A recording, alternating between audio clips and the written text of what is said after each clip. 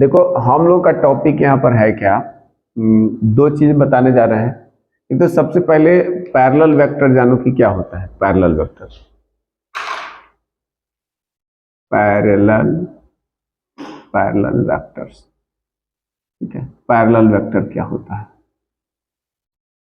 Vector मतलब जैसे एक वेक्टर ये है, ठीक है, और दूसरा वेक्टर ये है, इसको हमने मान लो नाम दे दिया वेक्टर ए, और ये है वेक्टर बी, ठीक है। ये दोनों वेक्टर्स पैरेलल वेक्टर्स कहलाते हैं अगर इनका डायरेक्शन सेम हो, ठीक है। और दूसरी चीज, जब ये मैग्नीट्यूड सेम नहीं होना चाहिए, क्या सेम होना चाहिए? डायरेक्शन। डायरेक्शन अगर सेम है तो पैरेलल वेक्टर्स कहलाएगा। अगर हम ये कहें कि ए वेक्टर पैरेलल है बी वेक्टर के, तो यहां पर हम सम कांस्टेंट लिख करके और मल्टीप्लाई कर सकते हैं।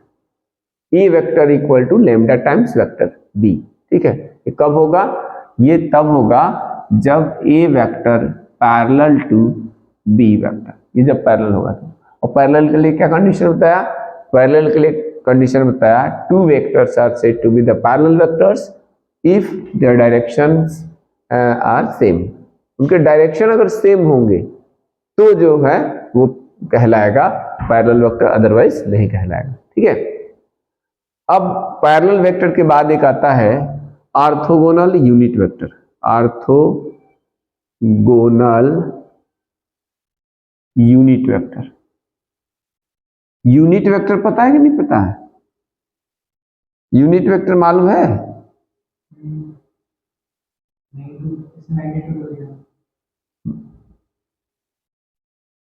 यूनिट वेक्टर में बताया था, अगर नहीं बताया होंगे तो लिख लेना। ऑर्थोगोनल यूनिट वेक्टर, वेक्टर्स कर देते हैं, ठीक है। नहीं पता है तो देख लो। यूनिट वेक्टर अगर नहीं जानते हो तो यूनिट वेक्टर उसको कहा जाता है unit vector, the vector whose magnitude is 1 और यूनिट, ठीक है। The vector whose magnitude is unit is called unit vectors. और यूनिट वेक्टर को जनरली, अगर ए हमारा यूनिट वेक्टर्स है तो इसको ए कैप से लिखते हैं।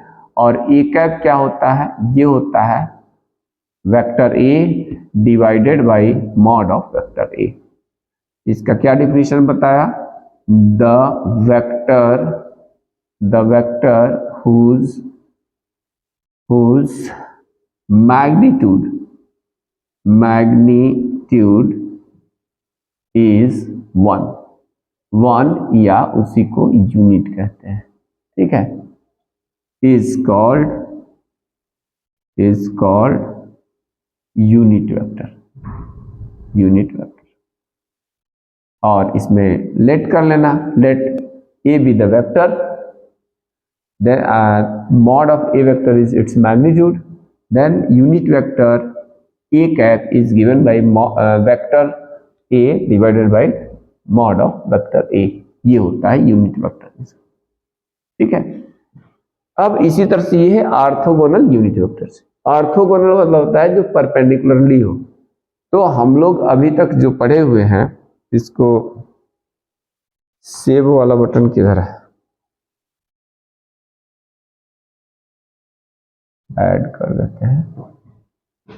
हम लोग पढ़े हुए हैं एक्स एक्सिस वाई एक्सिस, लेकिन यहां पर क्योंकि मोशन इन प्लेन है तो वो किसी एक लीनियर मोशन में, अभी जैसे हमने पढ़ा कि केवल एक डायरेक्शन होना चाहिए, या तो एक्स एक्सिस में या तो वाई एक्सिस में। लेकिन प्लेन की जब बात करते हैं, जैसे ये हमारा अभी जो बोर्ड है, तो इधर एक्स एक्सिस इधर मान लिया जाए तो इधर वाई एक्सिस भी है। दो एक्सिस मिल करके, यानी ये 2D फिगर है तो हमको ये प्लेन दे देता है, ठीक है। तो प्लेन के लिए कम से कम दो डायरेक्शन चाहिए, 2D मोशन होना चाहिए। और 3D में क्या होगा? एक्स एक्सिस भी होगा, वाई एक्सिस भी होगा और जेड एक्सिस भी होगा। यानी इसमें अगर तुम थोड़ा सा देखो ध्यान से तो इस बोर्ड का क्या है, कुछ थिकनेस भी है, मोटाई भी है। तो अगर इसको एक्स एक्सिस मान लिया, इसको वाई एक्सिस, तो इसका जो थिकनेस है वो जेड एक्सिस पे माना जा सकता है। जैसे ये हमारा रूम जो है 3D है। 3D कैसे हो गया? अगर हम उस कॉर्नर से इधर की तरफ एक्स एक्सिस ले लें, ऊपर की तरफ वाई एक्सिस ले लें, तो उधर क्या होगा? जेड एक्सिस, ठीक है। तो यहां पर हम बात करेंगे तीन एक्सिस का, X axis, Y axis and Z axis. ठीक है, तीनों एक्सिस से जहां पर एक दूसरे को इंटरसेक्ट करते हैं वो पता ही होगा, उसको ओरिजिन कहा जाता है। जैसे एक्स और वाई एक्सिस से जहां पर इंटरसेक्ट करते हैं उसको हम लोग ओरिजिन कहते हैं, वैसे यहाँ पर एक्स वाई और जेड जहां इंटरसेक्ट करेंगे ये हमारा ओरिजिन हो जाएगा। अब क्या होता है, एक्स एक्सिस के अलॉन्ग यूनिट वेक्टर को आई कैप से रिप्रेजेंट करते हैं, ये आई और ये उसके ऊपर कैप। वाई एक्सिस के अलॉन्ग जो यूनिट वेक्टर लिया जाता है उसको जे कैप, स्मॉल जे रहेगा, स्मॉल आई भी रहेगा, और इधर जेड एक्सिस के अलॉन्ग जो यूनिट वेक्टर होता है वो के कैप होता है। तो ये आई कैप, जे कैप, के कैप यही हमारे क्या कहलाते हैं, ऑर्थोगोनल यूनिट वेक्टर्स। अब ये ऑर्थोगोनल क्यों कहलाते हैं, बिकॉज जो भी हमारा एक्सिसेज होता है, चाहे एक्स एक्सिस हो चाहे वाई, एक्स और वाई एक्सिस के बीच का एंगल या वाई और जेड एक्सिस के बीच का, यहां से देखो ना कॉर्नर पे ही एक्स एक्सिस ऊपर वाई एक्सिस तो वहां कॉर्नर पे 90 डिग्री, या इस तरह से वाई एक्सिस और जेड एक्सिस वहां पे 90 डिग्री, और वैसे ही ये एक्स और जेड के बीच भी वहां पे 90 डिग्री होगा। यानी जो भी हमारा पॉइंट ऑफ इंटरसेक्शन होता है, ओरिजिन होता है, ये सब 90 डिग्री का है। ये 90 डिग्री, ये भी 90 डिग्री और ये भी 90 डिग्री। ठीक है, ये जो है 90 ये सब क्या कहते हैं, ऑर्थोगोनल। जैसे परपेंडिकुलर बोला जाता है ना, वैसे ही इसका नाम ऑर्थोगोनल है। ठीक है, यानी थ्री वेक्टर्स आई कैप, जे कैप और के कैप, या three unit vectors are said to be orthogonal unit vectors if their axes are perpendicular to each other। ठीक है, तो यहां पर जो हमारा आई कैप होता है, आई कैप को यूनिट वेक्टर की बात किए हैं तो इसका मॉड निकालेंगे। मॉड फुल फॉर्म इसका मैग्नीट्यूड होता है, शॉर्ट फॉर्म में मॉड। ये मॉड ऑफ जे कैप और ये मॉड ऑफ के कैप। ठीक है, इनकी वैल्यू होती है 1। इसकी वैल्यू कितनी होगी, 1।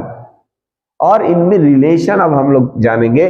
अभी हम लोगों ने पैरेलल वेक्टर पढ़ा, two vectors are said to be parallel vectors if one vector if their direction is same, if their direction is same but it is not necessary that its magnitude is same। और उसको हम क्या कहते हैं, जो parallel vectors होता है, then one vector can be represented as scalar multiple of the other vectors. कहने का मतलब अभी जैसे हमने इसके पहले बताया था कि A vector equal to lambda times B vector, तो यहाँ लेमडा की वैल्यू कुछ भी हो, जीरो को छोड़ के कुछ भी हो सकता है, क्योंकि जीरो जैसे ही किया जाएगा तो ये वेक्टर ही जीरो हो जाएगा। 1 2 3 कुछ भी हो सकता है, 1/2, तो ये दोनों वेक्टर्स पैरेलल वेक्टर्स कहलाएंगे। यूनिट वेक्टर बता ही दिया, यूनिट वेक्टर को कैप से रिप्रेजेंट करते हैं, vector upon mod of vector होता है। और ये तीसरा जो हमने बताया ये क्या है, orthogonal unit vector.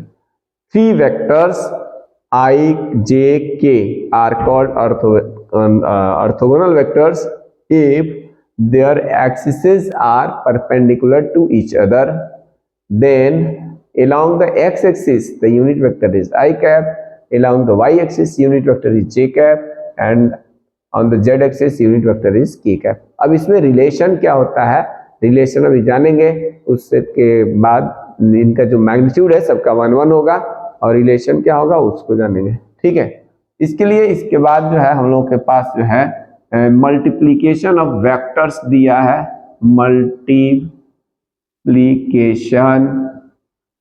Multiplication of vectors. Multiplication of जो वेक्टर्स है ये दो तरह का होता है। ठीक है, कौन कौन से, इनका जो वेक्टर्स का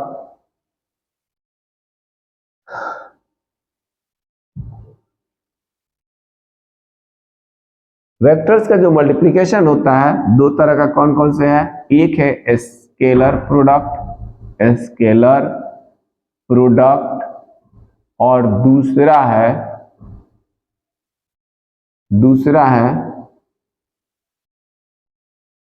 वेक्टर प्रोडक्ट। स्केलर प्रोडक्ट और दूसरा है वेक्टर प्रोडक्ट। स्केलर प्रोडक्ट का एक और नाम है डॉट प्रोडक्ट, इसको क्या कहते हैं, डॉट प्रोडक्ट। ठीक है, और जो वेक्टर प्रोडक्ट होता है इसका दूसरा नाम है क्रॉस प्रोडक्ट। क्रॉस प्रोडक्ट, ठीक है। तो वेक्टर्स का जो मल्टीप्लिकेशन है इसके दो method, scalar product and dot product. तो एक एक करके जानते हैं स्केलर प्रोडक्ट क्या होता है।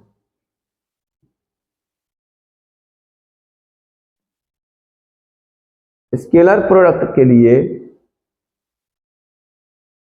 स्केलर प्रोडक्ट नेक्स्ट हेडिंग हमारा स्केलर प्रोडक्ट, ठीक है। सपोज करो एक वेक्टर हमारा ये है वेक्टर ए, इसका नाम हमने वेक्टर ए दे दिया। दूसरा वेक्टर इधर वेक्टर बी ले लिया, ये नाम दे दिया। ये दोनों वेक्टर्स के बीच का एंगल थीटा है, ठीक है। तो यहां से एक हमने इसमें परपेंडिकुलर ड्रॉ कर दिया, परपेंडिकुलर ड्रॉ। जब परपेंडिकुलर ड्रॉ किया तो ये एक राइट एंगल ट्रायंगल बन गया। थीटा के अपोजिट साइड को हमेशा हम साइन थीटा लिखते हैं। बी वेक्टर का एक रिजोल्यूशन होता है, तो इधर थीटा के सामने बी साइन थीटा लिखा जाएगा और इधर बेस के साइड में बी कॉस थीटा लिखेंगे। यहां पर जब हम इसकी बात कर रहे हैं तो ये की बात कर रहे हैं तो वो भी जो हमारा लेंथ है, लेंथ वो बी कॉस थीटा है। यहाँ ये वेक्टर था लेकिन यहाँ पे एक्चुअल में ये हुआ क्या है, mod of vector B cos theta. Length जब बात करते हैं तो केवल उसकी मैग्नीट्यूड की बात करते हैं, ना कि वेक्टर्स की। वेक्टर्स का डायरेक्शन तो इधर है लेकिन उसका कंपोनेंट हमने एक्स हॉरिजॉन्टल डायरेक्शन में वर्टिकल डायरेक्शन में निकाला, तो वहां यहाँ मॉड लगता है, लेंथ है, इस मैग्नीट्यूड है, ठीक है। तो इसलिए वहां से वेक्टर मैंने नहीं लिखा था, वेक्टर हटा दिया था। यहाँ पे जब मॉड ऑफ बी वेक्टर लिखेंगे तो बी साइन थीटा और इधर के तरफ आएगा बी कॉस थीटा, ठीक है। डॉट प्रोडक्ट अगर हम निकालें ए डॉट बी, दो वेक्टर्स का डॉट प्रोडक्ट निकालें तो इसका फॉर्मूला होता है mod of A vector mod of B vector into cos theta, where theta क्या है, theta is the angle between the two vectors. तो इसी चीज को ऐसे भी लिखा जा सकता है, मॉड जब हटाएंगे तो ए लग जाएगा, ये बी और ये क्या लग जाएगा, कॉस थीटा। तो यहाँ पर A dot B vector equal to A B cos theta. और इससे हम चाहें तो थीटा भी निकाल सकते हैं, कॉस थीटा इक्वल टू ये टर्म इधर आएगा, यानी ए डॉट बी वेक्टर, ये फॉर्मूला में हम लोग यूज करेंगे, और divided by A B.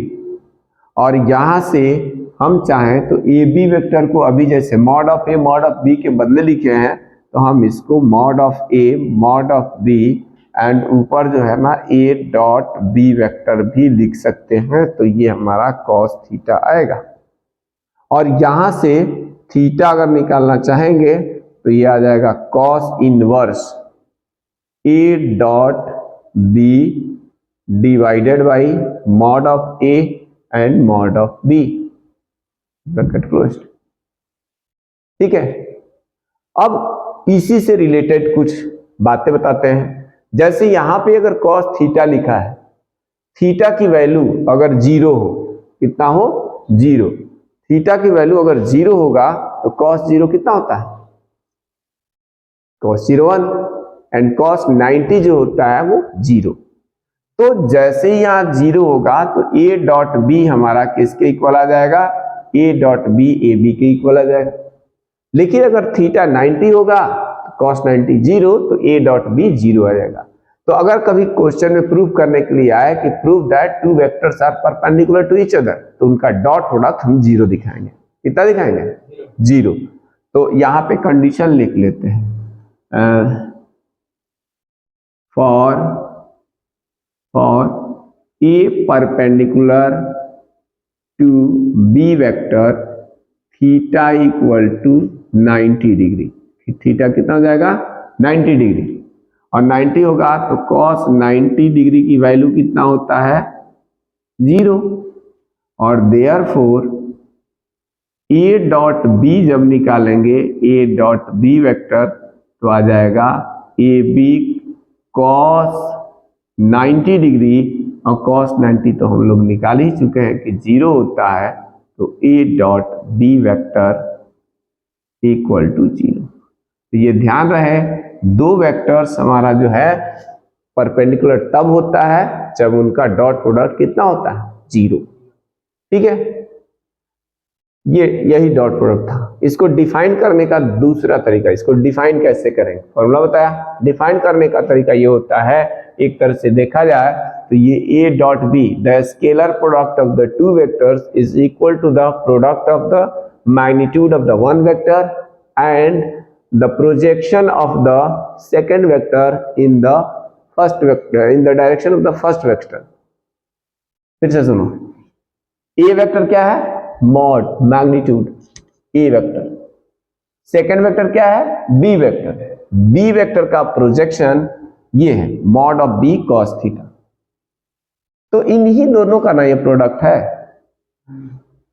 A vector हो गया magnitude of A vector and B cos theta हो गया projection of B vector in the direction of A vector. तो इसको डिफाइन ऐसे किया जाता है, the scalar product of the two vector is equal to the product of magnitude of the one vector and the projection of the second vector in the direction of first vector। ठीक है, तो definition लिखा देते हैं, पहले इतना note कर लो।